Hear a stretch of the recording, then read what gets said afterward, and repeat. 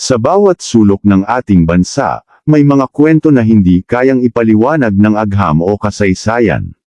Mga kwentong minsan ay tinatago, madalas ay napag-uusapan sa dilim ng gabi, mga kwento ng agimat. Hindi ito basta-basta kwento ng mga sinaunang bayani, kundi mga kasaysayan ng mga bagay na may kapangyarihang magbago ng tadhana. Ngayong, samahan niyo akong tuklasin ang mga kwento ng mga agimat na nabuhay sa ating mga alamat, at ang mga bagong kwento ng mga taong patuloy na nagsusuong ng mga misteryosong gamit upang harapin ang mga hamon ng buhay. May agimat nga bang tunay, o ang ating paniniwala lang ba ang nagbibigay nito ng kapangyarihan?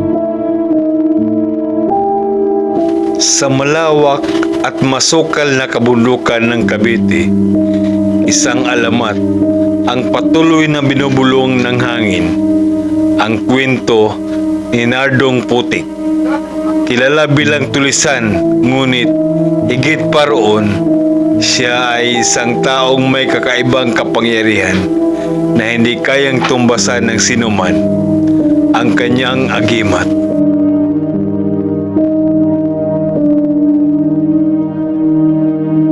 Sa isang maliit na bayan sa Cavite noong dekada 40, may isang kilalang tulisan na kilala sa pangalang Nardong Putik.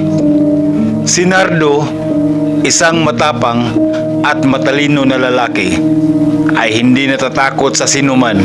Pero bago siya naging isang bantog na tulisan, siya ay isang simpleng magsasaka na pinanganak sa mahirap na pamilya. Sa kabila ng hirap ng buhay, palaging may pag-asa si Nardo at laging naniniwala na may mga bagay sa mundong ibabaw na hindi kayang ipaliwanag ng agham o ng karaniwang tao. Isang araw, habang nagtatrabaho sa bukirin, nakatagpo si Nardo ng isang matandang mang-uukit ng kahoy sa isang madilim na gubat. Ang matandang mang-uukit na may pangalang Mang Ising ay may kakaibang hitsura at aura. May pagkakaiba sa tingin ng mga tao sa kanya dahil sa mga kwento tungkol sa kanyang kapangyarihan. Ayon sa mga usap-usapan, si Mang Ising ay may agimat, isang makapangyarihang gamit na nagbibigay ng kakaibang lakas at kakayahan sa sino mang makakuha nito. Anak, nais mo bang makilala ang tunay na lakas? Tanong ni Mang Ising kay Nardo habang pinagmamasdan siya nitong matagal. Hindi nadadalawang isip si Nardo. Paano po? Ano ang kailangan ko? Tanong niya. Ngumiti si Mang Ising at nagsimulang magsalita ng mga salitang mahirap intindihin. Sinabi niyang kailangan niyang magtungo sa isang sagradong lugar sa ilalim ng isang puno ng balete, kung saan may isang itim na bato na magbibigay ng agimat kay Nardo. Dooy, magkakaroon siya ng kakayahang lumusot sa putik at makaligtas mula sa mga pagsubok ng buhay, pati na rin ang mga kalaban. Kung makakaya mong makuha ang agimat, magiging malakas ka at hindi matitinag. Ngunit tandaan, hindi lahat ng agimat ay magdudulot ng mabuti. Babala ni Mang Ising. Naglakbay si Nardo patungo sa lugar na ipinapakita ni Mang Ising. At sa kabila ng matinding hirap, natagpuan niya ang itim na bato sa ilalim ng balete. Nang hawakan niya ito, isang matinding kuryente ang dumaloy sa kanyang katawan at isang nakakasilaw na liwanag ang nagpatanglaw sa buong kagubatan. Ang agimat ay pumasok sa kanyang katawan at mula noon, si Nardo ay nagkaroon ng kakayahang lumusot at magtago sa putik. Isang bihirang kapangyarihan na magbibigay sa kanya ng proteksyon mula sa mga pulis at mga kalaban. Bumalik si Nardo sa bayan at sa mga susunod na linggo, natutunan niyang gamitin ang agimat sa mga laban. Mabilis niyang natutunan ang mga pakana ng mga tulisan at bandido sa buong Cavite. Kapag iniiwasan siya ng mga kalaban, hindi nila alam na siya ay lumulusot sa putik at nakakita ng lahat ng kanilang galaw. Si Nardo, na dating mahirap at walang laban, ay naging isang makapangyarihan at takot lahat ang mga tulisan sa buong lalawigan. Sa mga sumunod na buwan, hindi na siya kayang talunin ng mga grupo ng tulisan na nagtatangkang maagaw ang kanyang agimat.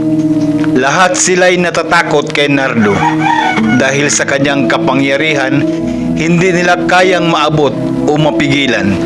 Ngunit ang agimat na kanyang hawak ay may malaking kapalit. Ang mga kalaban na kanyang natalo ay hindi siya titigilan at ang mga sekreto ng kanyang nakaraan ay nagsimula ng mangyari.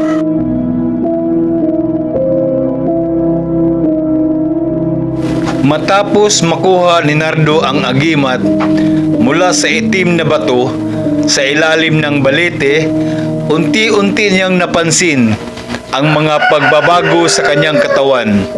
Ang unang epekto ng agimat ay ang may kakayahan maglaho at lumusot sa putik. Kapag siya ay hinahabol ng mga pulis o mga kalaban, madali siyang makalusot sa mga basang bahagi sa kagubatan. Hindi matuntun at mahihirapan silang hanapin siya. Ang kakayahang ito ang unang naging sandata ni Nardo sa mga susunod na taon ng kanyang buhay bilang tulisan.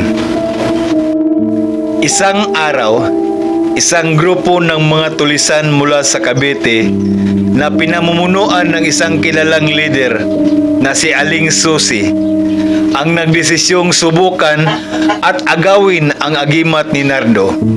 Si Aling Susi ay isang matandang tulisan na kilala sa kanyang matinding galit at malupit na pamumuno. Marami siyang ipinag-utos na pagnanakaw at sinasabing walang takot sa sinuman, maging sa mga pinakamalakas na tulisan. Ang unang engkwentro ni Nardo kay Aling Susi at ang kanyang grupo ay nangyari sa isang madilim na kagubatan sa Cavite. Habang ang mga tulisan ay nagmamasid at naghahanda na umatake, si Nardo ay tahimik na nagmamasid mula sa itaas ng isang malaking puno, gamit ang kanyang agimat upang magtago sa putik at masilip ang galaw ng kanyang mga kalaban. Si Aling Susi, na hindi alam na si Nardo ang kanilang pinakamalakas na kaaway, ay nag-utos sa kanyang mga kasamahan na maghanap at hulihin siya. Wala nang makakaligtas sa mga kamay ko! Ang agimat ni Nardo ay magiging akin! Ang sigaw ni Aling Susi. Hindi nila alam, si Nardo ay nakatago sa ilalim ng putik at sa bawat galaw ng grupo ng tulisan, siya ay nagmamasid at nagmamagaling, habang si Aling Susi at ang kanyang mga tauhan ay nag-uusap at nag-oorganisa ng kanilang susunod na hakbang. Biglang naglaho si Nardo, nawala siya sa kanilang mga mata sa isang iglap. Tumakbo siya patungo sa kabila ng kagubatan at sa ilalim ng putik, siya ay dumaan nang hindi natutukoy. Nasaan siya? Paano nakatakas ang gunggong na to? Tanong ni Aling Susi, nagtataka sa pagkawala ni Nardo. Mabilis na umabot si Nardo sa isang sapa sa kabila ng kagubatan, sa ilalim ng malalim na tubig at putik. Ang mga tulisan ay hindi nakasunod nahihirapan at naguguluhan. Tumatagal ang kanilang paghahanap, ngunit wala silang makuhang bakas ni Nardo. Sa loob ng isang oras, natutunan ni Aling Susi na hindi nila kayang hanapin si Nardo. Ang kanyang kakayahan ay higit pa sa kanilang inaasahan. Hindi na nakaya pang magpatuloy si Aling Susi at ang mga tauhan niya. Kaya't nagsimula silang magtago at umalis sa lugar. Ngunit si Nardo na nagmamasid mula sa dilim ay hindi patapos. Habang natutulog ang mga kalaban, siya ay pumasok sa kanilang kampo. Tahimik na naglakad sa paligid at kumuha ng mga gamit makinabang sa kanya. Matapos ang ilang linggong pakisalamuha sa mga ibang tulisan, nakuha ni Nardo ang respeto at takot mula sa iba't ibang mga grupo. Ang pangalan niya ay naging isang alamat sa buong Cavite. Ang tulisan na hindi matuntun, ang tulisan kaya tumakas mula sa anumang sitwasyon. Ang agimat na ibinigay sa kanya ni Mang Ising ay nagbukas ng pinto sa isang masalimuot na buhay ng takot at galit. Ang mga kalaban ni Nardo ay nagsimulang magtago at magpatakilid tuwing narinig nila ang pangalan niya.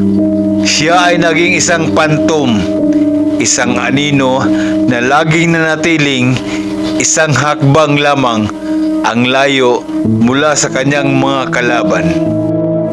Subalit, ang agimat ni Nardo ay hindi lamang nagbigay sa kanya ng kapangyarihan at takot mula sa mga kalaban. Nagbigay ito ng isang bagong hamon.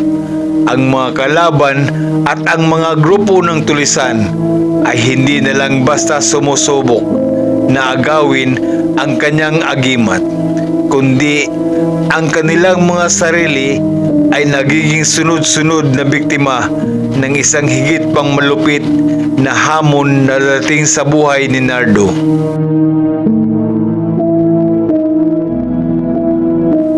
Matapos ang ilang taon ng pagtatago at pakibaka, naging isang alamat na si Nardong Putik sa buong Cavite. Ang mga tulisan, mga pulis at mga tao sa buong bayan ay nagsimulang magsalita tungkol sa kanya. Isang tulisan na hindi matuntun, isang lalaki na may kakayahang lumusot sa putik at makaligtas sa anumang panganib. Ang kanyang agimat na ipinagkaloob sa kanya ni Mang Ising ay naging simbolo ng kapangyarihan at misteryo. Hindi lamang ito isang ordinaryong agimat.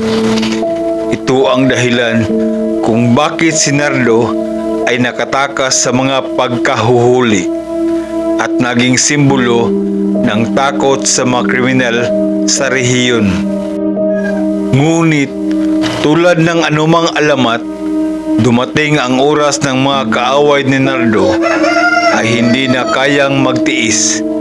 Ang pangalan ni Nardo ay naging tanda ng kahinaan at takot sa mga tulisan. Isang grupo ng mga tulisan na pinamumunuan ng isang ambisyosong leader na si Mang Tino ay nagpasya na subukan ang kanilang swerte at agawin ang agimat ni Nardo upang magamit ito sa sariling kapakinabangan. Si Mang Tino ay isang matinding kalaban. Kilala siya sa Cavite bilang isang leader ng isang malaking grupo ng mga tulisan. At bagamat siya ay hindi katulad ni Nardo sa pisikal na lakas, siya ay may matalim na pag-iisip at isang mapanuring strategist. Sinabi ni Mang Tino sa kanyang mga tauhan, "Ang agimat ni Nardo ay isang bagay na makapagbibigay sa atin ng lakas at kapangyarihan. Kung makuha natin yon, tayo na ang maghahari sa buong Cavite. Ang plano nila ay simple. Patagilid na susundan si Nardo at palihim siyang aatakihin habang siya ay naglalakbay sa kagubatan. Iniisip nilang hindi matuntun si Nardo dahil sa kanyang agimat, ngunit hindi nila alam na siya ay nakatago na sa ilalim ng putik, nakabantay sa kanilang bawat galaw. Isang madilim na gabi, ang grupo ni Mang Tino ay sumugod sa kagubatan ng Cavite. Hindi nila alam na si Nardo ay nagmamasid sa kanila mula sa itaas ng isang puno. Habang ang grupo ay patuloy sa paglalakad, ang mga mata ni Nardo ay kumikislap mula sa dilim. Mabilis siyang sumugod sa likod nila, ginagamit ang kanyang kakayahang lumusot sa putik. Wala ni isa sa kanila ang nakapansin sa kanyang presensya. Si Nardo ay isang anino sa kanilang mga mata. Hindi pa nakarating si Mang Tino sa kanilang target na lugar nang biglang naglaho si Nardo. Ang lahat ng tao sa grupo ni Mang Tino ay nagulat at napako sa kanilang pwesto. Saan siya nagpunta? Ang sigaw ni Mang Tino. Pero bago pa sila makapag-isip, narinig nilang naglaho ang mga hakbang ni Nardo. Mabilis na nagbago ang direksyon ng hangin at tila natangay ng agos ang mga tao ni Mang Tino. Sa isang iglap, muling lumitaw si Nardo sa harap ng grupo. Ang kanyang kamay ay hawak ang agimat at isang madilim na aura ang pumabalibot sa kanya. Kung ang agimat ito ang ninanais ninyo, subukan ninyong kunin. Si Nardo ay nagbigay ng hamon. Bago pa nakapag-react ang grupo ni Mang Tino, mabilis na nagdapo ang mga kamay ni Nardo sa putik sa paligid. At sa isang iglap, ang buong katawan ni Mang Tino at ang kanyang mga tauhan ay nalunod sa malagkit na putik na hindi nila kayang lumikas.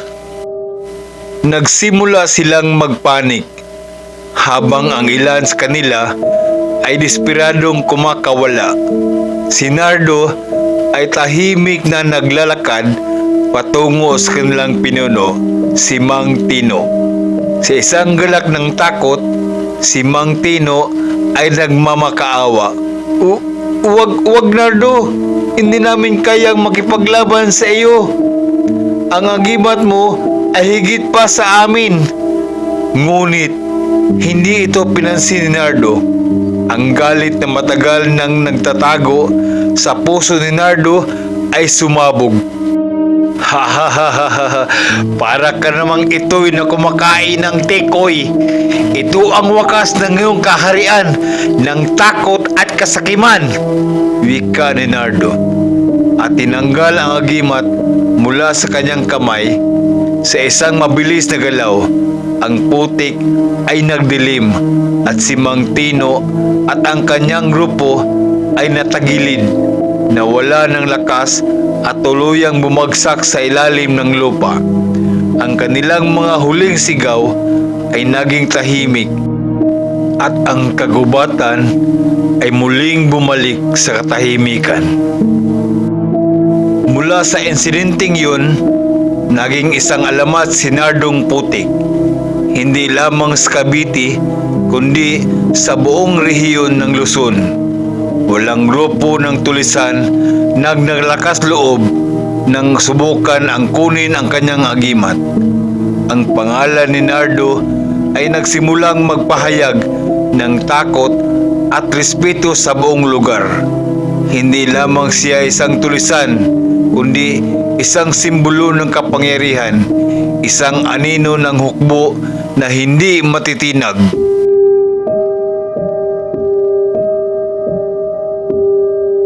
Nasa kabila ng tagumpay at kabantugan, Si Nardong Putik ay patuloy na pinagmumulan ng takot at respeto sa buong Cavite. Hindi na mabilang ang mga grupong tulisan na nagtangkang agawin ang kanyang agimat. Ngunit palaging nauurong dahil sa kanyang kakayahang makaligtas sa kahit anong pag-atake. Ngunit may isa na naiiba, isang kalaban na hindi takot kay Nardo at mas matindi ang plano. Si Leandro Leon Baltasar, isang batang leader ng isang makapangyarihang grupong tulisan mula sa Quezon, ay narinig na ang agimat ni Nardo ay may kapangyarihang magbigay ng tagumpay sa kahit anong laban. Nabalitaan niyang ang mga pulis at mga militar ng Cavite ay hindi kayang hulihin si Nardong Putik, kaya't naisip niya na ang agimat na ito ay ang susi sa kaniyang tagumpay. Wala siyang takot kay Nardo at nagpasya siyang personal na makipagkita kay Nardo at agawin ang agimat na yun upang magamit sa kanyang grupo. Isang gabi, dumating si Leon sa Cavite kasama ang kanyang mga tauhan. Pinili niyang dumaan sa madilim na kagubatan kung saan madalas dumaan si Nardo upang patagilid na sundan siya. Hindi alam ni Leon na si Nardo ay may kakayahang makiramdam at makakita ng mga kaaway kahit na sila ay nagtatago. Habang ang mga tauhan ni Leon ay patuloy sa paghahanap, naramdaman ni Nardo ang kanilang presensya. Mabilis na sumunod si Nardo at nagtataglay ng agimat sa kanyang kamay. Tila ang enerhiya ng agimat ay nagbigay sa kanya ng lakas at kakayahan upang mas mapabilis ang kanyang galaw. Nang makita ni Nardo ang mga kalaban, hindi siya nag-atubling lumusot sa putik sa paligid ng kagubatan at ilihim ang kanyang lokasyon gamit ang kanyang lihim na kapangyarihan upang matuntun ang kanilang posisyon. Habang ang mga kalaban ay naglalakad nang hindi nakaramdam ng panganib, si Nardo ay mabilis na lumusot sa malagkit na putik at inilapit ang kanyang sarili sa kanilang grupo. "Butchok! Kung ang agimat ang nais ninyo, subukan ninyo akong sugurin," ang hamon ni Nardo mula sa dilim. Sa isang iglap, isang nakakagulat na pangyayari ang sumabog mula sa dilim. Ang buong kagubatan ay napuno ng mga alingaw-ngaw ng mga sigaw ng mga kalaban ni Nardo. Si Leon, na hindi sanay sa ganitong klaseng laban, ay agad na nagtangkang magtago. Ngunit nakita siya ni Nardo sa ilalim ng putik. Hindi lang si Leon ang kinakabahan, kundi pati na ang kanyang mga tauhan na ngayon ay nagsisimulang magtakbuhan at maghapon sa takot. Sa bawat galaw ni Nardo, ang putik ay tila yumakap sa mga paa ng mga kalaban at hinihila sila pababa. Ang bawat hakbang nila ay nagiging mas mabigat at ang kanilang mga huling pagsubok upang makaligtas ay nauurong. Nakita ni Nardo si Leon na nagtatangkang magtago, ngunit hindi siya nakatakas. Matapos ang ilang minuto ng matinding tensyon, si Nardong Putik ay nagpakita kay Leon. Ang kanyang mukha ay isang ekspresyon ng tapang at galit. "Butchok! Hindi mo ba alam na ang agimat ay hindi basta-basta ibinigay sa sino man? Kung nais mong makuha ito, kailangan mong makipaglaban. Ngunit sa ngayon, ito ay hindi para sa iyo."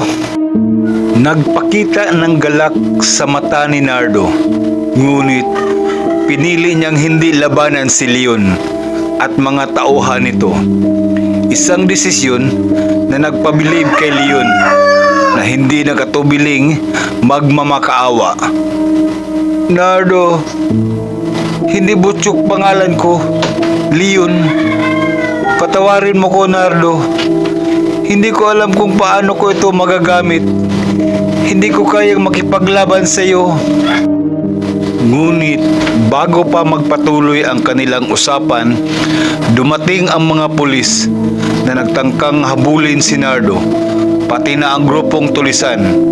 Bagamat alam ni Nardo na ang agimat ay nagbibigay sa kanya ng lakas, alam niyang hindi siya pwedeng magtagal sa isang laban sa mga pulis. Sa isang mabilis na galaw, sumanib ang putik sa paligid ni Nardo at nagsimulang lumusot siya sa malalim na putik. Mabilis na tumakas. Ang mga pulis at kalaban na natutulog sa kanilang mga pangarap ay hindi nakapag-react. Bago pa ito mangyari, si Nardong putik ay muling nakaligtas. Natatakot ang lahat ng naroroon. Ang pangalan ni Nardo ay lumaganap pa sa buong Cavite at hindi na lamang siya isang tulisan, kundi isang bayani ng mga nangangailangan ng katarungan. Isang lalaki na sa kabila ng matinding laban at kalaban, patuloy na nanindigan gamit ang agimat na ibinigay sa kanya ng kanyang mga ninuno.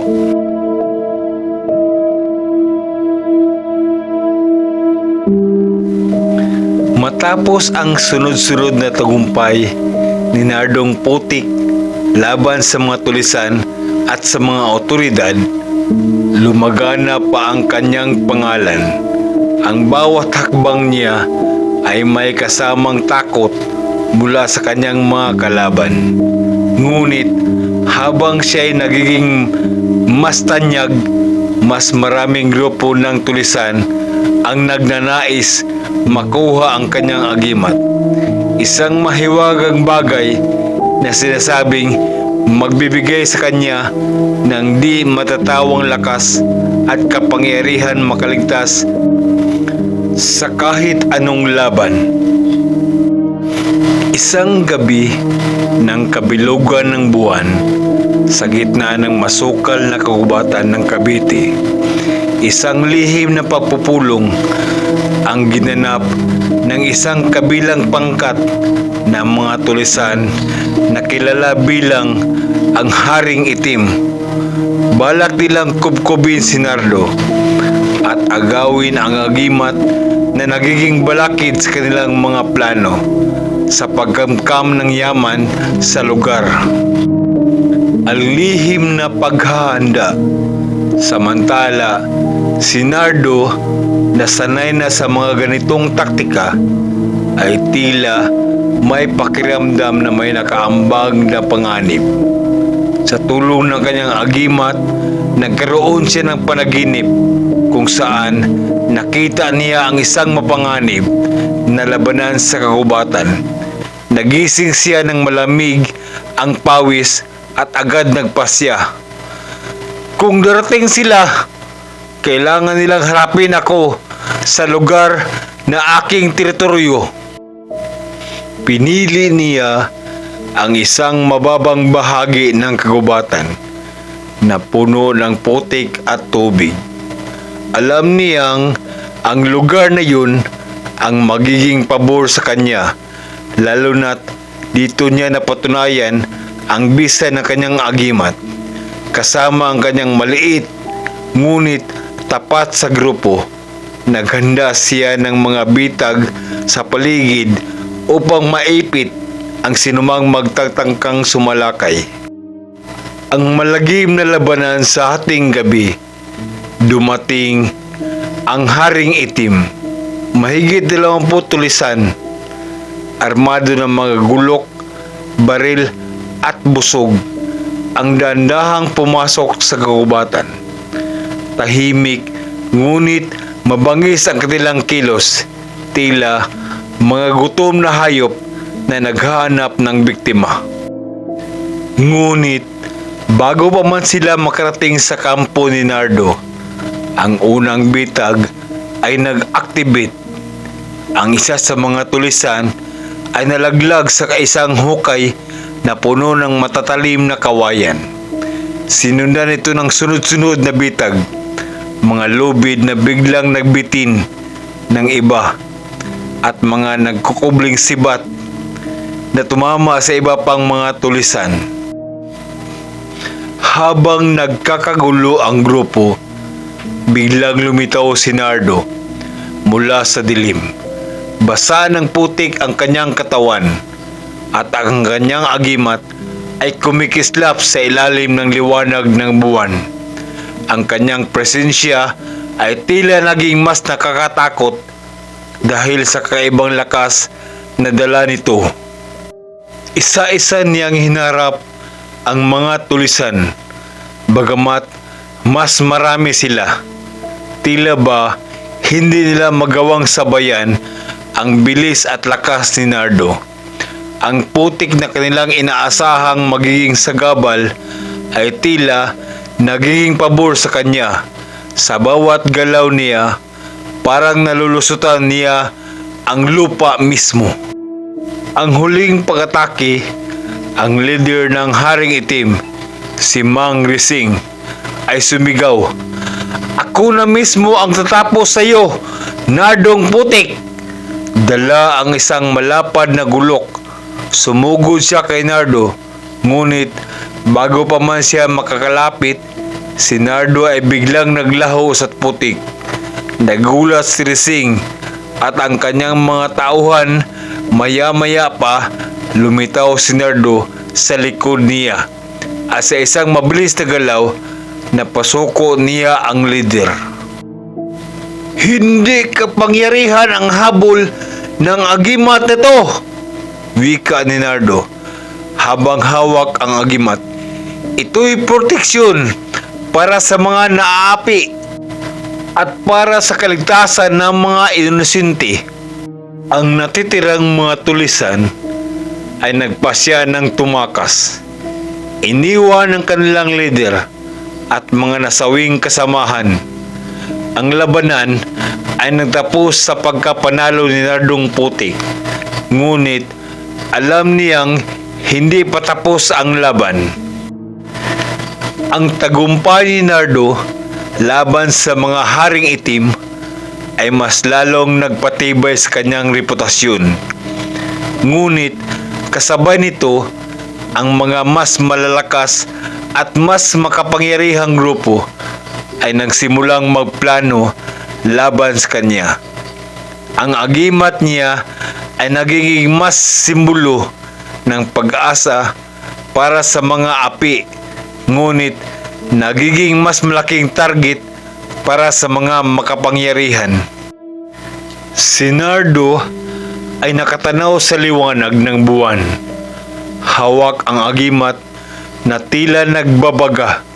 Sa kanyang isipan, alam niyang ang kanyang kwento ay patuloy pang susubukin ng tadhana. Kung ito ang landas na kailangan kong tatahakin, handa akong harapin ang anumang unos hanggat kasama ko ang aking agimat. Hindi ako susuko.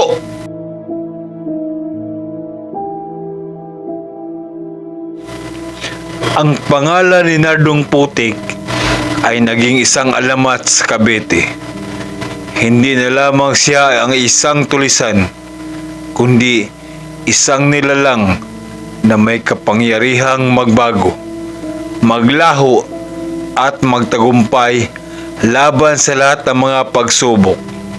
Habang ang agimat na ibinigay sa kanya ay nagbigay ng mga pambihirang kakayahan, mas lalo niyang naranasan ang hirap na patuloy na pag-iwas sa mga kalaban, maging ang mga matataas na opisyal ng gobyerno at mga militar. Isang araw, nakatanggap si Nardo ng isang lihim na balita mula sa isang matandang kaibigan. Isang lihim na minsay at itinataguyod pa lamang ng mga matatandang kwento ng mga mang-uusig sa Cavite. may isang bagong pangkat ng mga tulisan na nagmula sa Batangas. Isang lumang grupong pinamumunuan ni Andres Dres Buenavista, isang lalaki na pinaghahanap ng mga otoridad. Ipinanganak sa isang pamilya ng mga tulisan, si Dres ay may mahahabang taon ng karanasan sa pakipagdigma at may takot sa mga kalaban na hindi matitinag. Ngunit may isang bagay na kakaiba kay Dres. Hindi siya takot kay Nardong Putik.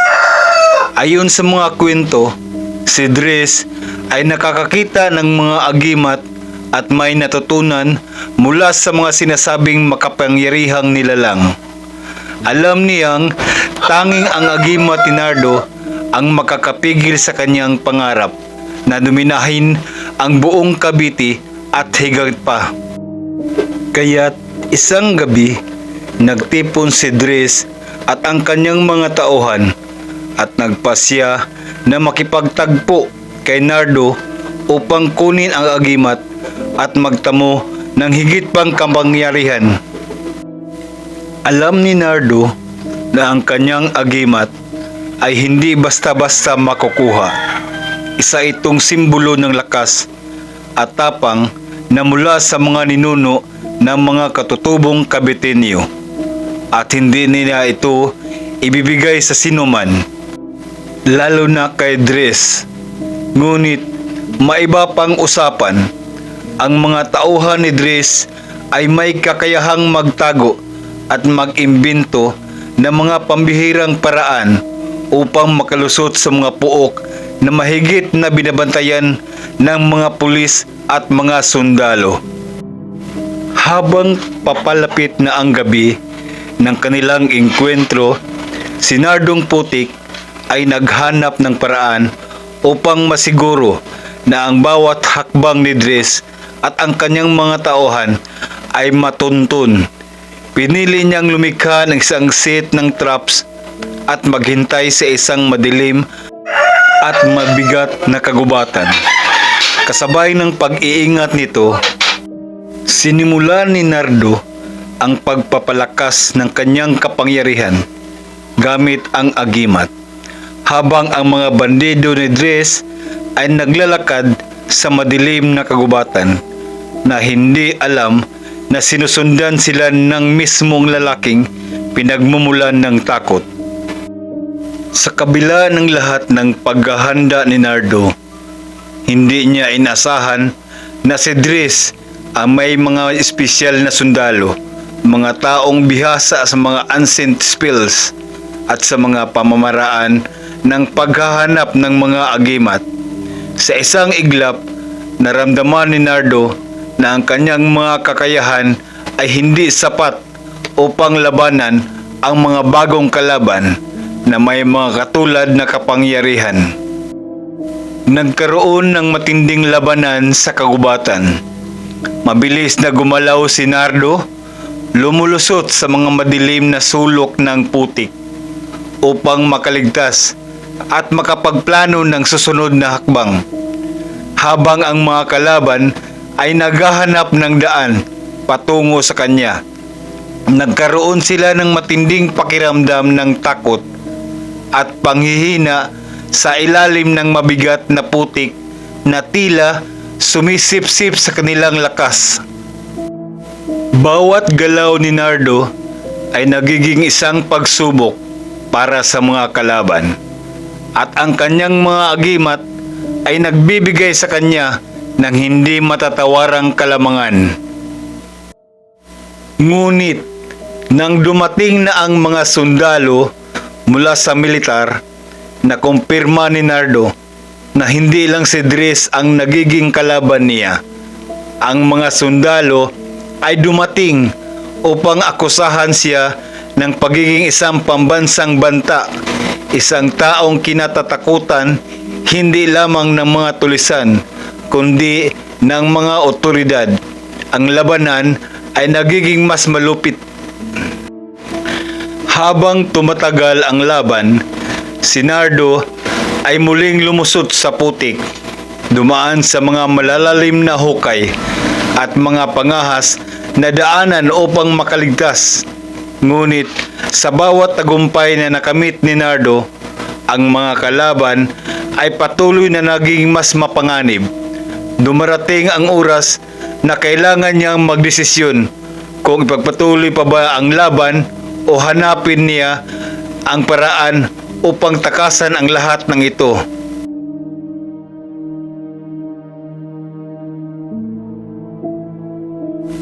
Ang pangalan ni Nardong Putik ay nagpatuloy na magdulot ng takot sa mga kalaban, maging sa mga pulis at mga sundalo sa Cavite. Ngunit matapos ang matinding labanan laban kay Dres at ang kanyang mga tauhan, isang bagong panganib ang lumitaw. Isang mas makapangyarihang kaaway na hindi lamang matinding tulisan, kundi isang lalaking may kasamang kakaibang kapangyarihan. Ang pangalan niya ay Mang Tino. Si Mang Tino ay isang misteryosong nilalang na matagal nang pinagmumulan ng takot sa mga karatig na bayan. Hindi siya isang karaniwang tulisan, isa siyang tao na pinaniniwalaan ng ilan na may mga koneksyon sa mga anito at may kakayahang magpanggap bilang mga nilalang sa dilim. Siya ay isang tao na hindi takot sa mga agimat at gumagamit ng kapangyarihan ng mga aswang at mga maligno upang makamit ang kanyang mga layunin. Ang kanyang misyon, wasakin si Nardong Putik at ang lahat ng kanyang pinagmumulan ng lakas. Ilang linggong pagkatapos ng labanan kay Dres, nakatanggap si Nardo ng balita mula sa isang matandang mang-uusig na may isang bagong grupo ng tulisan mula sa kabilang bayan. Sila ang pinamumunuan ni Mang Tino at ang kanilang layunin ay sumakop sa buong Cavite at gawing pinakamakapangyarihang lugar sa rehiyon. Hindi na nagsayang ng oras si Nardo. Alam niyang si Mang Tino ay hindi basta-basta makakaya ng mga pangkaraniwang agimat. Ang nilalang na ito ay isang tunay na banta na hindi lamang gumagamit ng lakas ng katawan, kundi pati ang supernatural na puwersa mula sa mga anito at malupit na espiritu. Si Nardo, bagamat puno ng tapang, ay nakaramdam ng matinding takot sa mga balitang kanyang natanggap. Para sa kanya, ito na ang pinakamalaking pagsubok ng kanyang hinaharap mula nang makuha niya ang agimat. Ngunit alam niya, hindi siya pwedeng magpatalo. Kailangang ipagtanggol ang kanyang bayan at ang mga tao sa Cavite mula sa bagong kalaban. Nagdesisyon si Nardo na hanapin si Mang Tino at patunayan na walang sinuman ang makakahigit sa kanya. Nagpunta siya sa isang liblib na bahagi ng Cavite kung saan madalas magsagawa ng ritual ang mga nilalang ng dilim. Sa gitna ng kagubatan, natagpuan niya ang isang maliit na kubo kung saan nagtipon-tipon ang mga kasamahan ni Mang Tino. Subalit, ang hindi alam ni Nardo ay hindi ito isang simpleng kubo. Ito ay isang bitag na naglalaman ng matinding kapangyarihan ng mga espiritu. Bago pa man makalapit si Nardo, naramdaman niyang ang buong paligid ay tila nagbabago. Ang hangin ay naging mabigat at ang puno ay nagmumukhang nagbabantay. Sa isang iglap, nakatagpo siya sa isang kakaibang puwersa na nagdulot ng takot at panghihina sa kanyang katawan. Ang mga aswang na pinakawalan ni Mang Tino ay nagsimulang magtakda ng mga pagsubok kay Nardo. Sinusubukan siyang pahinain gamit ang kanilang mga itim na mahika. Dahil sa kanyang agimat, hindi siya agad sumuko. Sa bawat hakbang, pinapalakas ni Nardo ang kanyang sarili gamit ang agimat. Ang kanyang katawan ay nagiging mas matibay at mas mabilis. Kaya't sa bawat pagsubok na ipinapadala ng mga aswang, kaya niyang lumaban at lumusot sa mga patibong. Ngunit sa kabila ng kanyang lakas, hindi niya maiwasan na ramdamin ang pagbigat ng mga kalaban. Habang patuloy na lumalaban, nakita ni Nardo si Mang Tino sa likod ng kubo. Isang matandang lalaki, may matalim na tingin at malamig na ngiti. "Nardong itik!" aniya. "Hindi mo ko kayang talunin.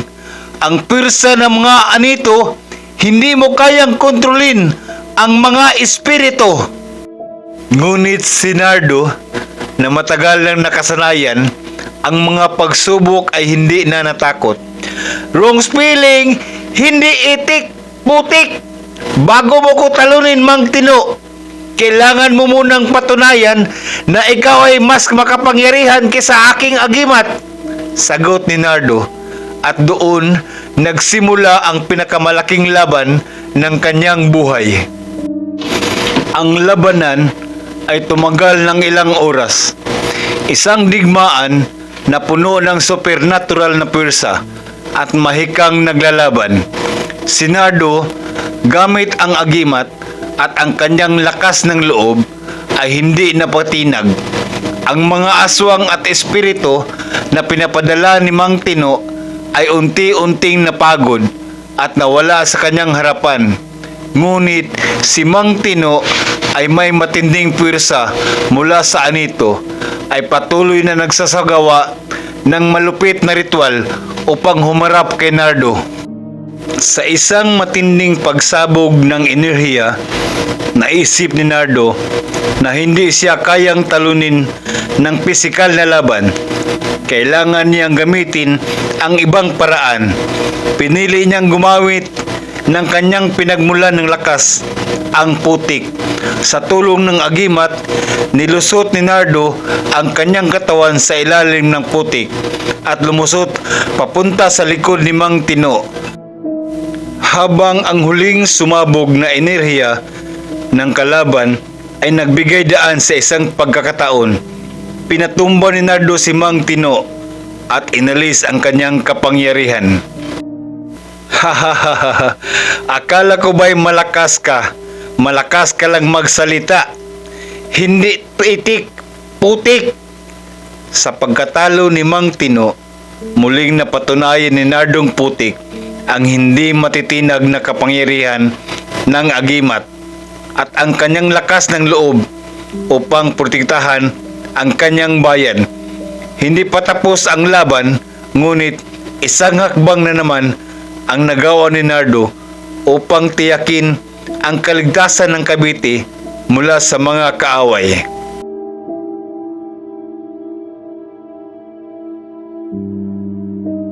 Matapos ang matinding labanan kay Mang Tino, si Nardong Putik ay nagbalik sa Cavite bilang isang matatag na lider at isang simbolo ng kapangyarihan na hindi kayang durugin ng kahit sinuman. Naitaguyod na niya ang kanyang pangalan bilang isang tulisan na hindi matitinag, isang bayani sa mata ang mga kababayan at isang takot na kalaban para sa mga sumubok lumaban sa kanya. Ngunit ang kanyang tagumpay ay hindi natapos sa pagkatalo ni Mang Tino. Habang siya ay bumalik sa kanyang bayan, nakatagpo siya ng isang mas malupit at mas mapalinlang na kalaban. Isang kabundokang tulisan na nagngangalang Cardo, na may pangkat ng mga tulisan at gumamit ng pang-aakit at taktikang pandaraya upang makuha ang kanyang layunin.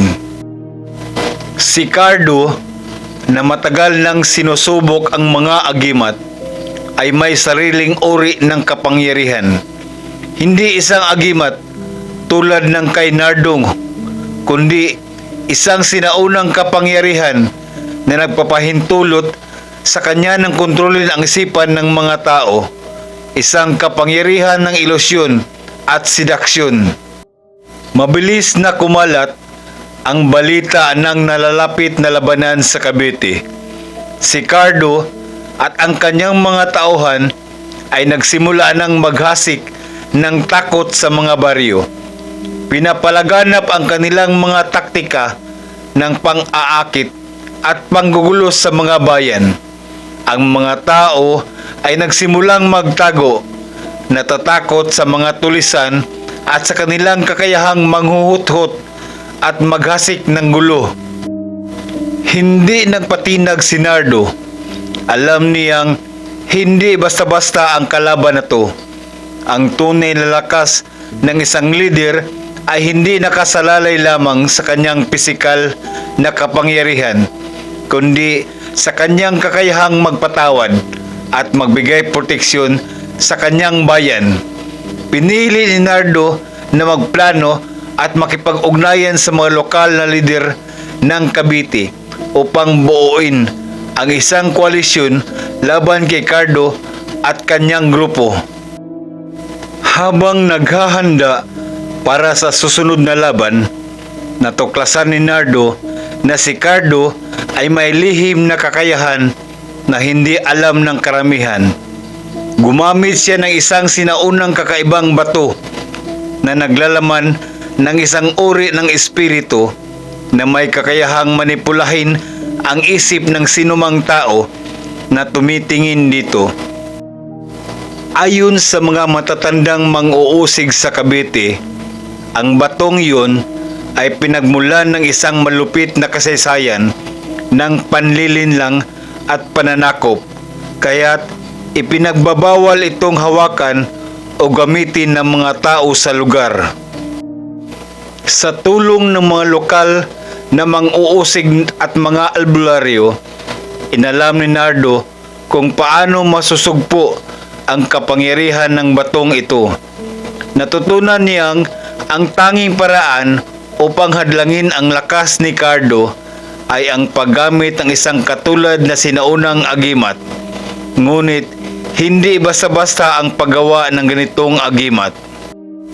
Kinailangan niyang dumaan sa isang matinding ritual, isang pagsubok na puno ng panganib at mahiwagang nilalang upang makuha ang agimat na makakatulong sa kanya laban kay Cardo.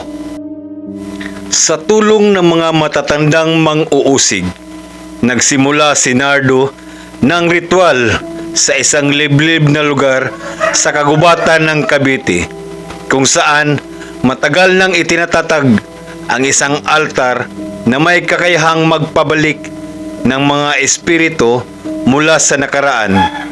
Ang altar ay isang sinaunang puok ng kapangyarihan at tanging ang tunay na magiting na bayani lamang ang makakatawid ng buhay.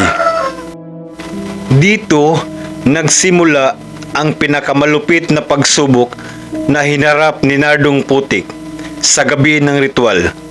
Nagpakita sa kanya ang mga anito ng kagubatan, mga espiritu ng mga mandirigma mula sa nakaraan na nagsilbing guro ni Nardong. Binigyan siya ng kanilang gabay at patnubay, at sa kabila ng matinding takot at paghihirap, nakuha niya ang agimat na magbibigay sa kanya ng kakayahang protektahan ang kanyang bayan at labanan ang kapangyarihan ni Cardo. Matapos makuha ang bagong agimat, pinangunahan ni Nardo ang isang matinding labanan laban kay Cardo at ang kanyang mga tauhan. Nagtagpo ang dalawang makapangyarihang lider, si Nardo na may bagong agimat at ang kanyang matatag na lakas, laban kay Cardo na may kakayahang magbago ng anyo at kontrolin ang isip ng mga tao. Sa gitna ng digmaan, gumamit si Nardo ng kanyang bagong agimat upang palayasin ang espiritu ng dilim na nagpapalakas kay Cardo. Sa tulong ng kanyang mga kasamahan, nalupig nila ang mga tulisan ni Cardo at naligtas ang buong Cavite mula sa kapangyarihan ng panlilinlang. Sa tagumpay na yun, muling pinatunayan ni Nardong Putik ang kanyang pamumuno at ang kanyang pagiging isang simbolo ng laban sa kasamaan. Hindi na lamang siya isang tulisan sa mata ng mga tao. Siya ay naging isang bayani, isang leader na nagbibigay ng tunay na proteksyon sa kanyang mga kababayan. Ang kanyang agimat at ang kanyang lakas ng loob ay nagsilbing liwanag sa madilim na panahon, at ang pangalan ni Nardong Putik ay patuloy na sumisikat bilang isang alamat na hindi malilimutan sa Cavite.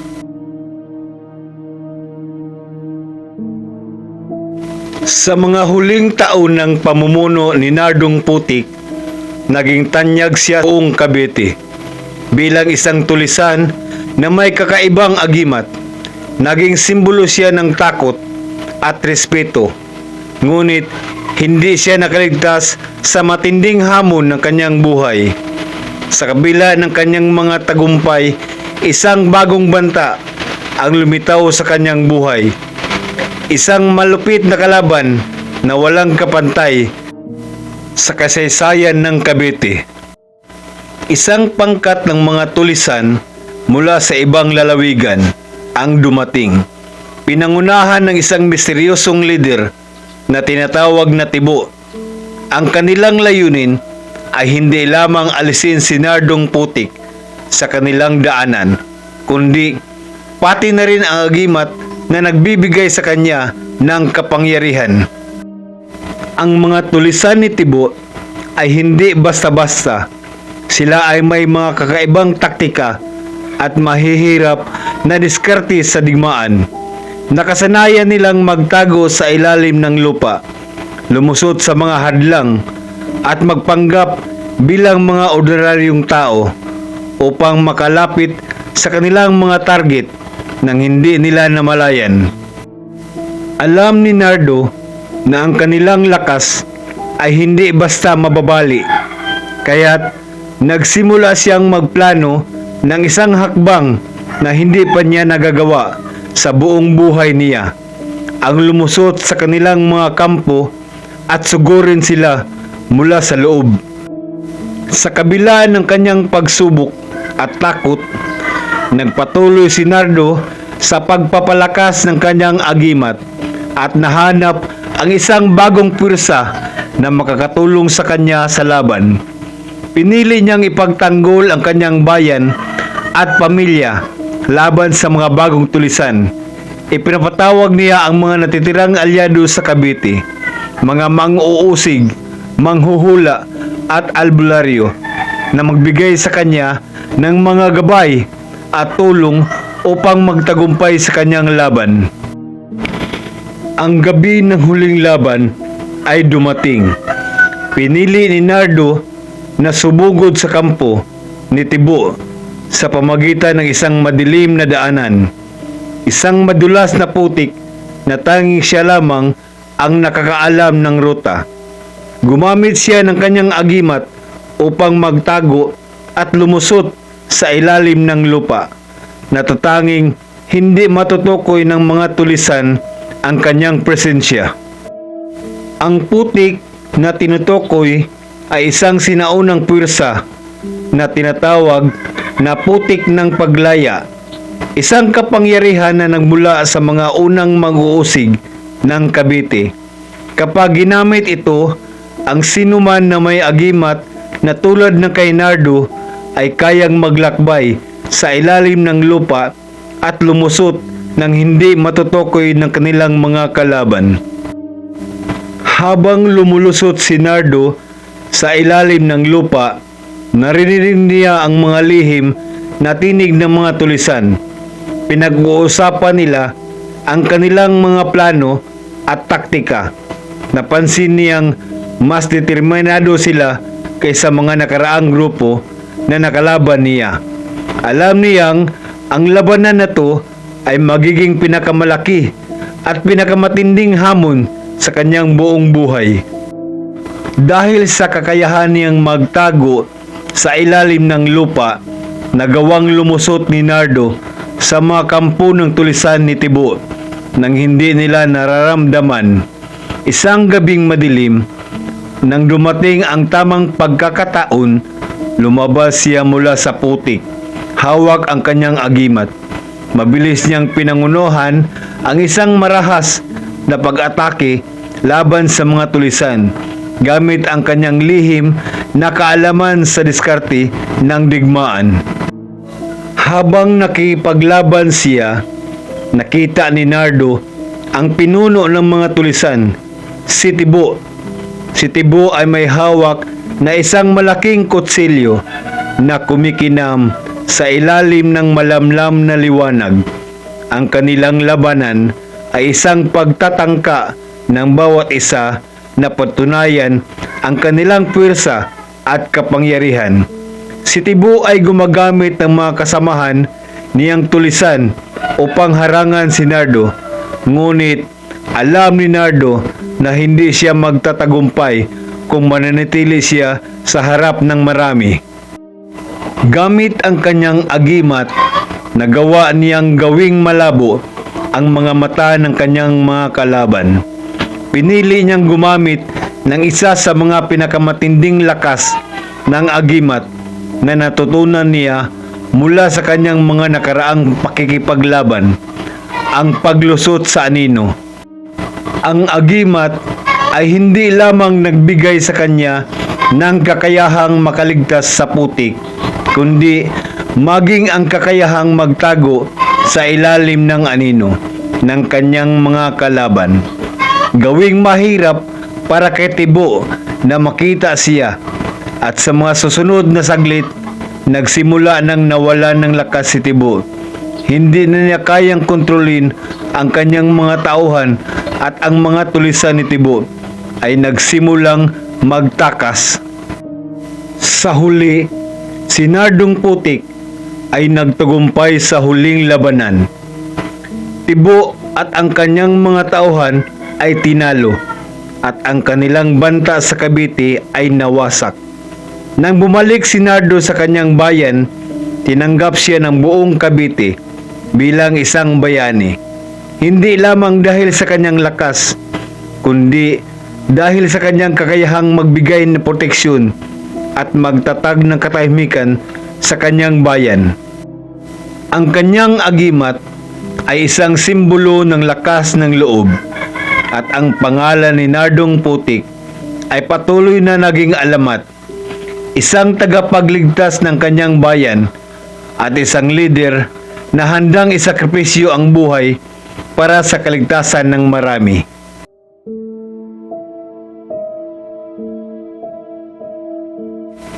Matapos ang mga matagumpayng labanan at tagumpay laban sa mga tulisan at kalaban, naging alamat si Nardong Putik sa buong Cavite. Ang kanyang agimat na siyang pinagkukunan ng kanyang kakaibang lakas at kakayahan ay nagsilbing simbolo ng proteksyon at kaligtasan para sa mga tao sa kanilang bayan. Ngunit sa kabila ng kanyang mga tagumpay, isang bagong hamon ang dumating sa kanyang buhay na magpapahintulot sa kanya na harapin ang isang matinding pagsubok, ang pag-iisa at ang mga banta na dulot ng kanyang mga nakaraang laban. Isang araw, habang tahimik si Nardo sa kanyang pinagtataguan sa malalayong bahagi ng Cavite, isang matandang mang-uusig ang dumating sa kanya. Dala ang isang masamang balita. Ayon sa mang-uusig, ang kanyang pangalan at agimat ay naging isang malaking pundo ng kasakiman at galit para sa mga taong umaasa na makuha ang kapangyarihan na taglay niya. Hindi lamang mga tulisan ang naghahangad ng agimat, kundi pati na rin ang ilang mga taong may mga madilim na layunin.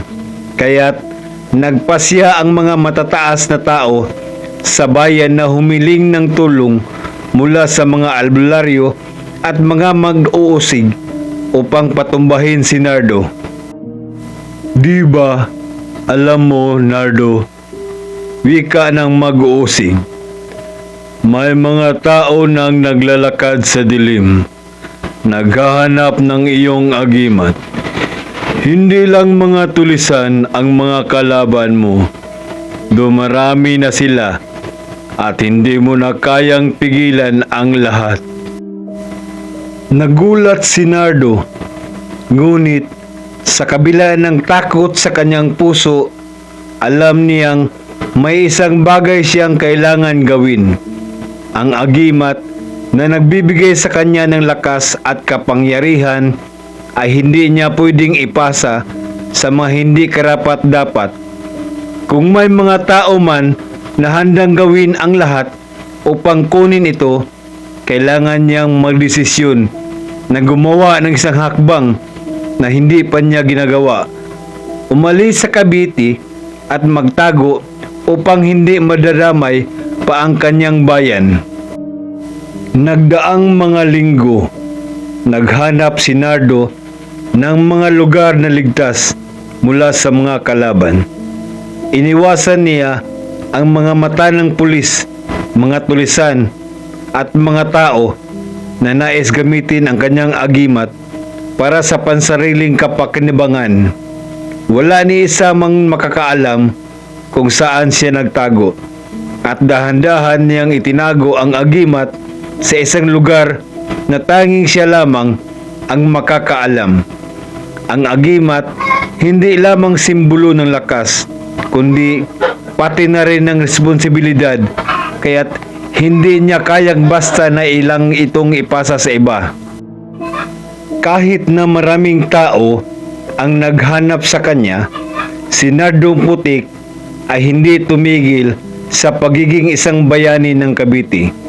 Sa kanyang pamumuhay na lihim at malayo sa mga tao, ipinagpatuloy ni Nardo ang kanyang misyon: protektahan ang mga inosente at siguruhin na ang agimat ay hindi mapasakamay ng mga maling tao. Hindi ito madali, ngunit sa mga huling taon ng kanyang buhay, natutunan niyang ang tunay na kapangyarihan ng agimat ay hindi nakasalalay sa mga pisikal na laban, kundi sa mga desisyon na ginagawa niya para sa kapakanan ng iba. Sa isang huling gabing madilim, lumisan si Nardong Putik sa kanyang bayan. Ang huling mga alingaw-ngaw ng kanyang pangalan ay naging mga kwento sa tabi ng apoy ng mga matatandang mang-uusig. Mga kwento ng tapang at agimat. Mga kwento na ipinapasa mula sa isang henerasyon patungo sa susunod. Si Nardong Putik, ang tulisan na hindi matitinag, ay naging alamat na nakatago sa mga sulok ng kasaysayan, at ang kanyang agimat ay naging simbolo ng hindi makakalimutang paglaban at sakripisyo. Ang kwento ni Nardong Putik ay nagsilbing paalala sa lahat ng mga tao na kahit ang pinakamalupit na kalaban ay may hangganan. Hindi man siya muling napakita sa Cavite, ang kanyang alaala at ang mga aral na iniwan niya ay mananatili sa mga puso ng mga tao, at ang agimat na tinataglay niya ay magiging isang alamat na patuloy na magpapalakas sa mga naglalakbay sa dilim ng gabi.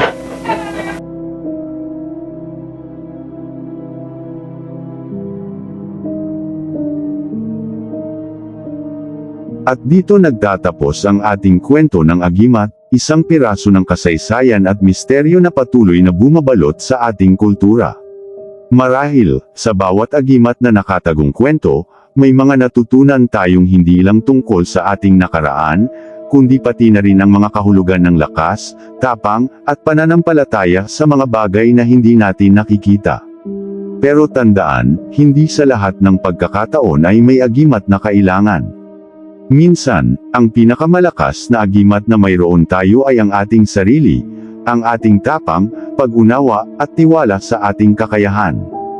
Kaya't hindi ba't mas maganda kung maging agimat tayo sa ating sariling buhay, upang magbigay ng inspirasyon sa iba? Kung ikaw ay nahumaling sa mga kwento ng agimat, o kaya'y naghahanap pa ng iba pang mga misteryo ng ating kultura, huwag kalimutang mag-subscribe, i-like, at i-share ang video na ito. Maraming salamat sa pagtangkilik, at muling magkita tayo sa susunod na kwento na tiyak ay magbibigay sa inyo ng mga bagong kaalaman at kabiganian. Hanggang sa muli, mga kaagimat.